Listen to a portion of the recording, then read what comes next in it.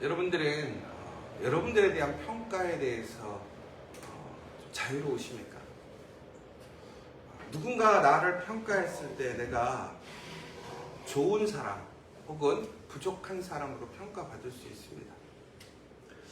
여러분, 그런데 우리가 나에 대한 어떤 객관적인 평가가 조금 내가 생각하는 것만큼 이루어지지 않았을 때 우리는 상당히 그것을 좀 불편하고 아쉬워하는데요. 그런데 여러분, 내가 정말로 힘쓰고 애쓰고 노력하고 수고했는데 나의 수고를 알아주지 않는다면, 혹은 그 수고에 어떤 상을 주거나 평가를 할 때 그곳에서 배제되었다고 한다면 여러분들 좀 마음이 어떠실 것 같으세요? 보통 사람들이 그러잖아요. 야, 내가 지금까지 어떻게 고생했는데, 내가 얼마나 헌신했는데. 오늘 이제 이스라엘 사람들은 52일 동안의 기적의 역사를 일으키고 불가능한 그 예루살렘의 성전의 회복을 이룬 다음에 오늘 그들은 기록을 남기고 있습니다. 그 거룩한 일에 누가 참여했고 또 무엇을 헌신했는지에 대해서 이야기를 하는 것이지요. 그런데 그것을 정리하다 보니까 오늘 뜻하지 않는 사실을 하나 알게 된 거예요. 뭐냐면 우리가 흔히 얘기해서 제사장 그룹에 속해 있던 몇몇 사람들이, 특별히 오늘 우리가 이 말씀을 좀 보면 그 사람들이 정확하게 642명 정도 되는 사람들이 족보나 가문 등록부가 없다라는 것을 발견하게 됐다는 것입니다. 그런데 여러분, 이게 어찌 보면 당연한 거예요. 왜 그러냐면 여러분, 그 전쟁통에 끌려갔다가 다시 오면서 여러분들 챙길 게 얼마나 많이 있겠습니까? 그리고 또 그 시간 동안 그들이 자신들의 뿌리가 되는 족보를 얼마나 잘 지켰느냐라는 거예요. 뭐 아직도 우리나라에도 족보가 있지만 상당히 또 이 족보라는 것이 지금 생각해보면 그렇게 귀하게 여기지 않잖아요. 그런데 그 시대에는 사람들이 이 족보를 상당히 중요하게 생각했고 공적인 문서로 활용을 했다는 것이죠. 그런데 나라를 빼앗기고 또 그들이 종이 되었고 그러면서 다시 그 나라로 돌아오는 과정 속에서 이러한 어떤 족보를 챙기고 지키는 것은 호련히 어떤 개인적인 가정의 일로 이제 바뀌게 되었던 것이지요. 왜? 나라가 없으니까. 그럼에도 불구하고 그들은 자신들의 정체성, 더 나아가서는 자신들의 부름과 사명을 인식하고 오늘 그 누구보다도 먼저 다시 이스라엘로 예루살렘으로 돌아왔고, 더 나아가서는 그 예루살렘의 성전의 귀한 사역에 헌신적으로 참여해서 그들의 모든 에너지와 모든 마음들을 쏟아서 그 일들을 완성시켰다는 거예요. 이제 그 일들이 완성됨으로 인해서 오늘 제사장들은 성전이 완성되었으니까 이제 그 성전에서 일할 수 있는 자격이 생긴 것입니다. 어찌 보면 그들이 가장 원하고 기쁘게 생각하는 일이지 않을 것 같습니다. 그렇지 않습니까?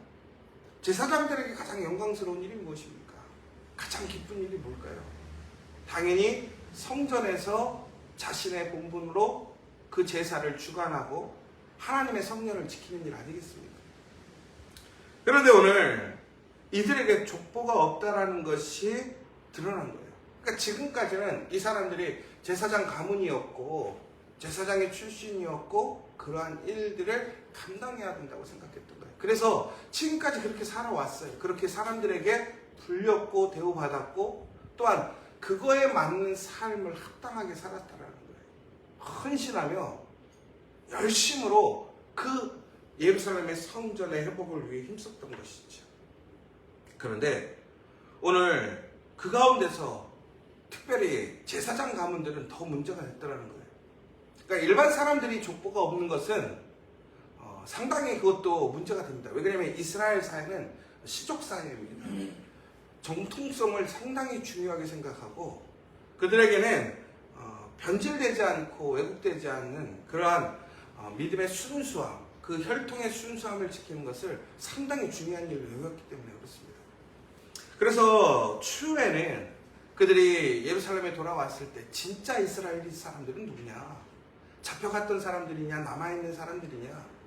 그러한 어떤 분쟁과 다툼의 일들이 있었고, 전국에는 그것이 나중에는 이제 사마리아인들이 생기는 모습들을 보게 되죠.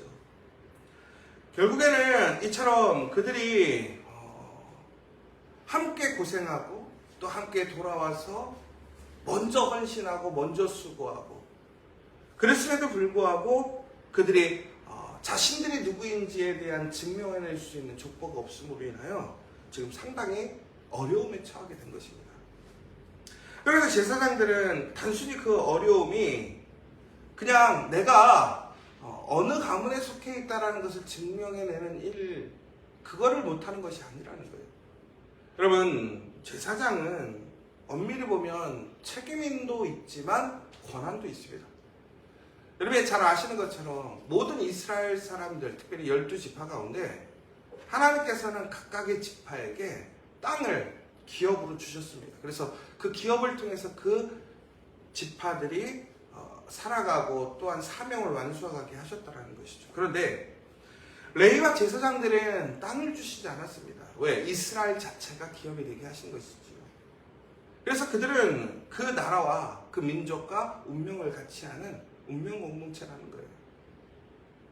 그런데 그들이 무엇을 통해서 이제 생계를 이겨가게 되냐면 바로 다른 지파들이 하나님께 드리는 헌물, 그 11조를 통해서 제사장과 레위인들이 이제 그 삶을 영위해 갈 수 있었던 것이죠. 그럼 다시 얘기하자면 이제 거룩한 예루살렘이 회복되었습니다. 그러면 오늘 많은 사람들이 그 예루살렘을 통해서 이제 그 나라의 회복과 안전한 보호막을 가질 수 있는 것. 그러나 제사장과 레위인들에게는 더 넘어가서는 이제 그들이 해야 할 일을 찾게 된 거예요. 더 나아가서는 그들이 이제 원활하게 정상적으로 삶을 유지해 줄 수 있는 그런 공급함을 받을 수 있게 되었다는 것이죠. 그리고 더 나아가서는 이제는 그 예루살렘을 주관하고 또 그곳에서 하나님의 제사와 하나님의 그 거룩한 집을 지켜가는 중추적인 역할을 할 수 있게 되는 거예요. 그러니까 지금까지 수고가 어찌 보면 헛된 것이 아닙니다.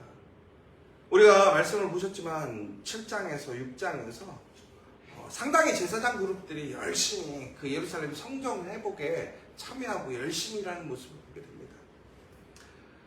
그것이 바로 그들의 어떤 믿음과 신앙의 고백이었을 수도 있지만 또 현실적인 부분들도 있었다는 거예요.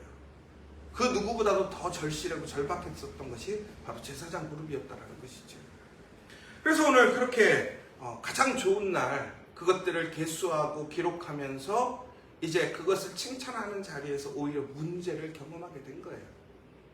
그런데 오늘 그들에 대한 태도는 상당히 안타까운 모습으로 보입니다. 그들을 그 그룹에서 우선은 분리를 시킵니다.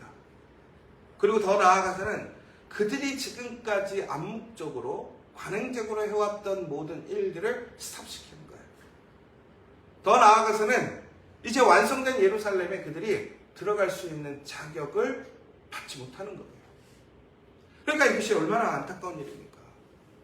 지금까지 본인들이 제사장 가문 안에서 살아왔고 그렇게 살아왔다고 생각하고 또 그렇게 열심히 살았었는데, 그런데 오늘 그들은 단순히 그들이 그것을 어떤 서류로 증명하지 못한다는 이유만으로 오늘 그들은 정당한 대우를 받지 못하고 평가를 받지 못하는 거예요.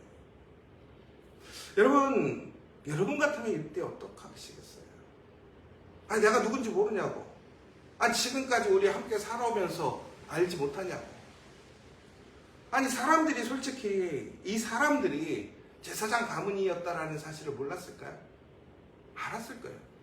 왜 그러냐면 우리가 다들 그런 얘기 하시잖아요. 오래 사신 분들이 그 집안 말이야 누구의 자손이고 누구의 가문이고 족보 없어도 함께 살아왔으면 다 알아요. 그런데 마찬가지로 이 사람들도 그랬기 때문에 그러한 제사장의 역할로 혹은 제사장의 사람들로 인정받았었던 거고, 또 그들이 헌신하고 수고할 때도 그러한 사람들로 대우받고 그 일에 참여할 수 있었던 것이죠. 그런데 수고하고 일할 때는 그러한 부분들을 잘 감안해주고 이해해주더니만 이제는 상을 받아야 될 때는 엄밀하게 아주 까탈스럽게 규칙을 내세우는 거예요. 여러분 이거 참 세상적인 것 같지 않아요? 지들 필요할 때는 관대하고 무엇인가 나누고 할 때는 되게 스트릭하게 해가지고 사람 난처하고 곤란하게 만드는 상황인 것이죠. 그럼 이스라엘은 왜 그랬을까라는 거예요. 여러분 우리가 당연히 수고하고 애쓴 사람들을 대우해줘야 합니다.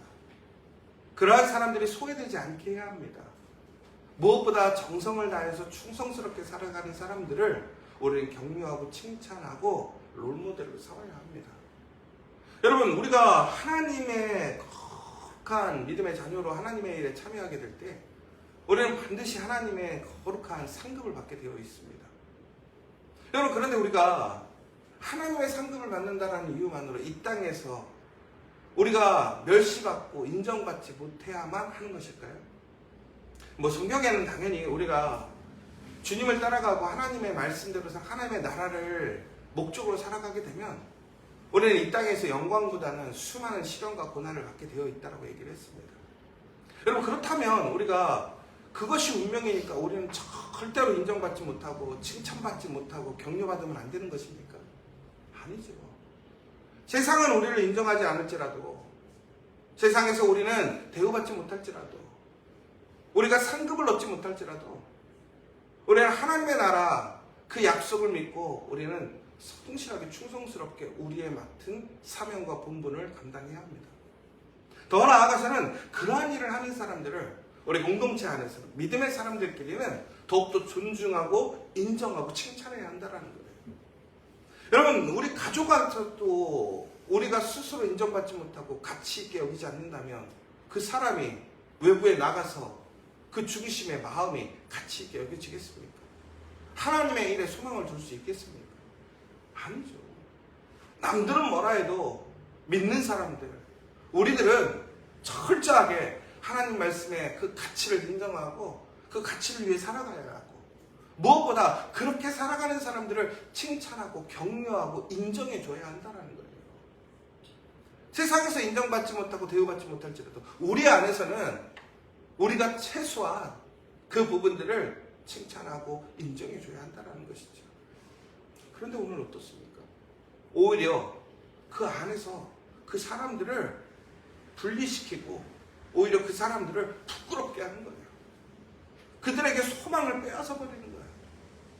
지금까지 그렇게 열심히 수고하며 힘쓰고 살아왔는데도 불구하고 그럼에도 불구하고 왜 이스라엘 사람들은 이렇게 각박하게 몰인정하게 공동체를 분열시키는 것처럼 행동했을까?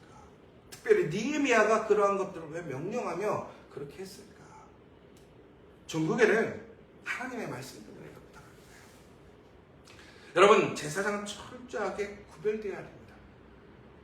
하나님의 선택받은 사람으로만이 제사장의 역할을 할 수 있는 것이고 그래서 그들은 규례와 율법을 지킬 수밖에 없는 것이고 그렇게 될 때 그들이 하나님의 말씀을 다른 사람들에게 온전히 증거하고 나타낼 수 있고 흠이 없게 되는 거예요.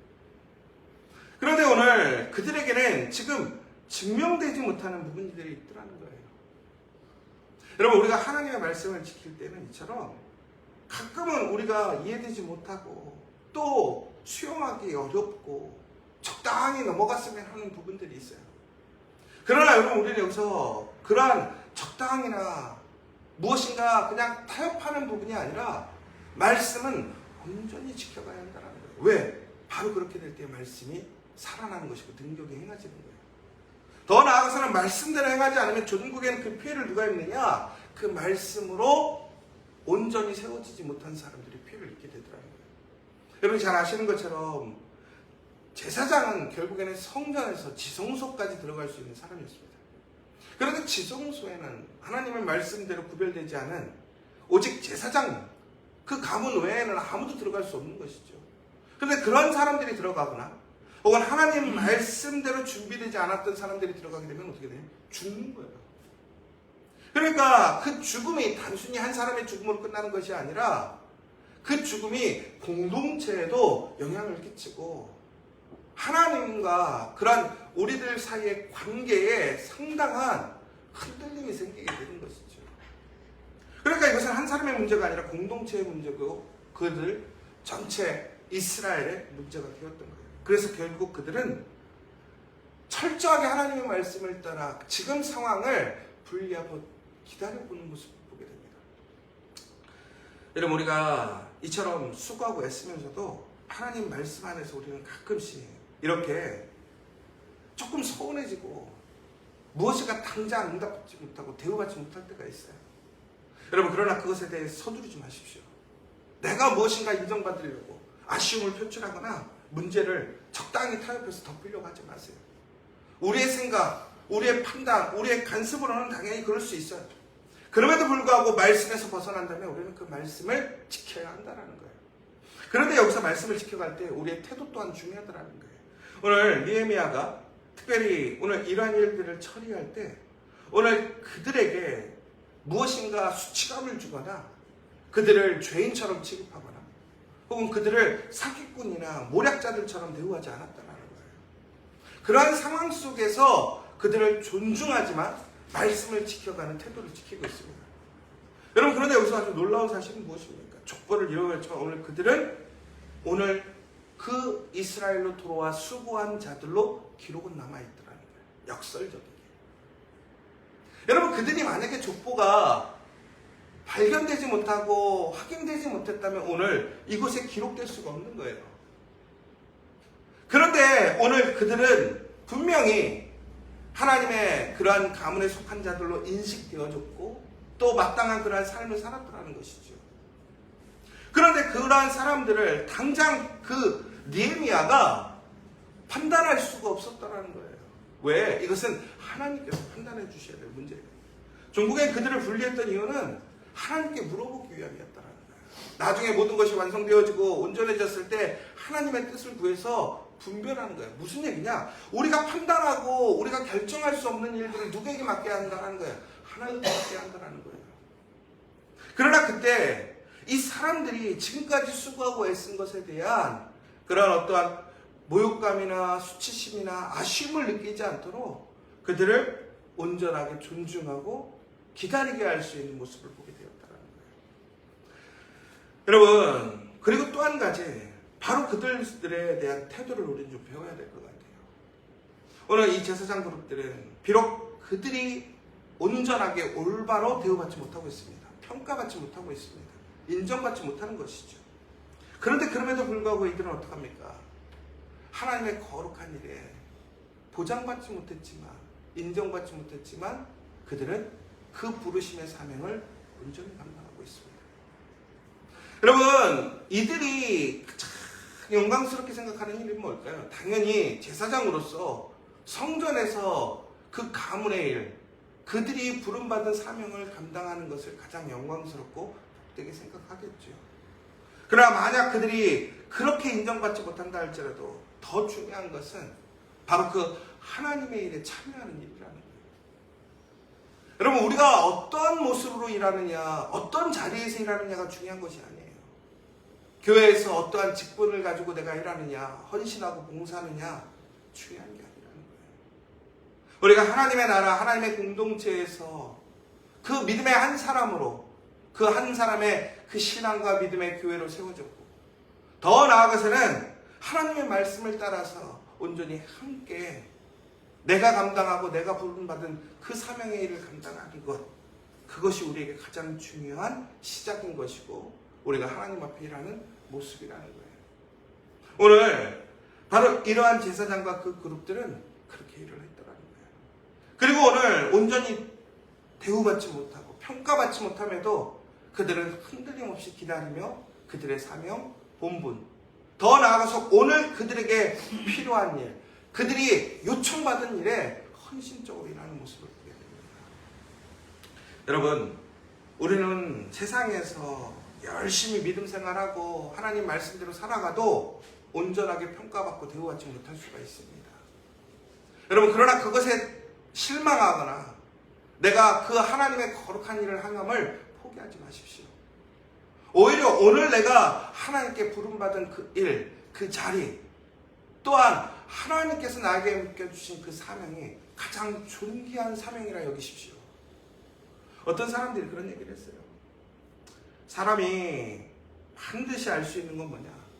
언제 죽을지는 몰라도 죽는다는 사실은 분명히 안다라는 거예요. 그런데 모르는 건 뭐냐면 언제 죽을지 모르는 거예요. 그럼 결국은 무슨 얘기냐? 내가 반드시 태어났으니까 죽지만 언제 죽을지 모르는 그 날을 기다리며 살아가는 것입니다. 여러분, 그런데 왜 하나님은 왜 이러한 아이러니한 상황을 놓으셨을까? 반드시 죽는다는 사실은 알게 하면서 왜 언제 죽을지 모르게 하셨을까?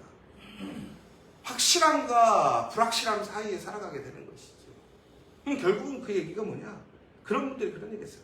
결국에는 하나님은 오늘 살아가는 오늘 하루를 그 마지막으로 하나님이 주신 가장 큰 존귀한 날로 여기고 살아가라고 하는 거예요. 여러분, 동일한 거예요. 여러분, 오늘 우리가 해야 할 일, 우리가 부름받은 자리, 감당해야 할 일이 있다고 하는 것은 우리가 아주 거대하게 생각하는 거창한 일이 있고 존귀한 일들이 있음에도 불구하고 그거보다 앞서는 일이 뭐냐면 오늘 내가 하나님께 부름받은 그 자리, 그 사명, 그 일들 앞에 하나님 앞에 충성스럽게 정직하게 살아가는 모습이라는 거예요. 오늘 내가 원하는 모습의 삶의 모습이 아닐 수 있고 내가 기대하는 삶의 기대의 모습이 아닐 수 있고요. 더 나아가서 오늘 내가 그렇게 하나님 말씀에 살아감으로 온전하게 인정받고 대우받지 못할 수도 있더라는 거예요. 그러나 우리는 그러한 사람들의 대우와 기대와 평가에 좌지우지하고 실망하고 낭망하는 것이 아닙니다. 왜? 우리에게 가장 중요한 것은 하나님이 어떻게 기억하시느냐라는 거예요. 그런데 오늘 하물며 그러한 삶 속에서도 수고하고 열심히 노력했던 이 족보가 없는 600명이 넘어가는 사람들마저도 오늘 말씀에 기록되어 있어요. 여러분, 우리에게 가장 영광스러운 일이 무엇입니까? 바로 그 말씀에 기록되는 것 아닙니까? 하나님께 기록되는 것 아닙니까? 여러분, 우리가 정말로 하나님 앞에 정직하게 흔들림 없이 순수하고 온전하게 어떠한 평가와 대우에도 불구하고 하나님 앞에 우리가 그 부르심에 순종함으로 우리의 자리를 지켜가고 열심히 참여하게 된다면 반드시 우리는 하나님의 그 말씀에 기록되는 사람인 것을 기억하시기 바랍니다. 오늘 우리의 삶의 모든 것들이 기록되고 있더라는 거예요. 여러분들은 어떻게 기록되어지길 원하십니까? 하나님이 주시는 그 상급에 따라 움직이는 그러한 사람으로, 혹은 그 평가를 받지 못함으로 떠남으로, 혹은 실망하고 낭망하는 사람으로 기록되기를 원하십니까? 아니면 그럼에도 불구하고 하나님 앞에 열심으로 충성스럽게 변함없이 하나님 앞에 열심으로 나아가는 사람이 되기를 원하십니까? 여러분, 진정 복 있는 사람이 누구입니까? 하나님이 기뻐하시는 사람이 누구입니까?